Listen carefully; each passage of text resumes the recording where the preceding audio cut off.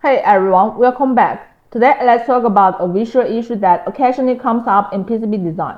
Why you can't see the cutout in your 3D preview.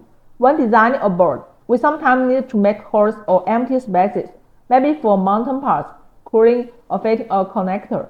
But occasionally, after you finish your design and open the 3D preview, you notice something strange. The holes aren't there. The board looks completely solid.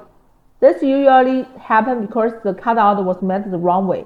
Many people just draw a shape or line on a mechanical layer, while the software shows this drawing in the 2D view.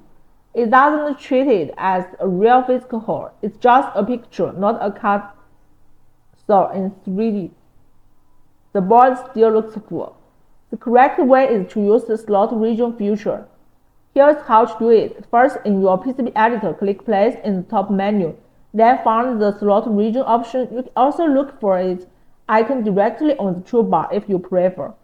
You can choose different shapes like rectangle, circle, or polygon. Just pick the one you need and draw the area where you want the hole. Once you do this, software knows to remove both scope and the board material in the spot.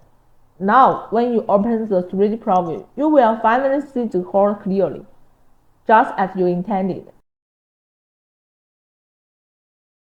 To sum it up, if your hole don't show up in 3D, you probably just drew a regular shape instead of using the special cutout tool. Using the slot region tool will fix it right away. That's all for this quick tip. If you run into any other problem while designing your PCB, stay tuned. See you next time.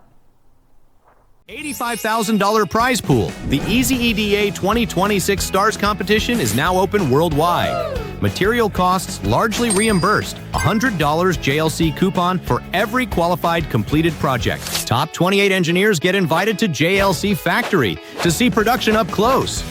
No pitch decks, no fluff, just working hardware. Submit your build now.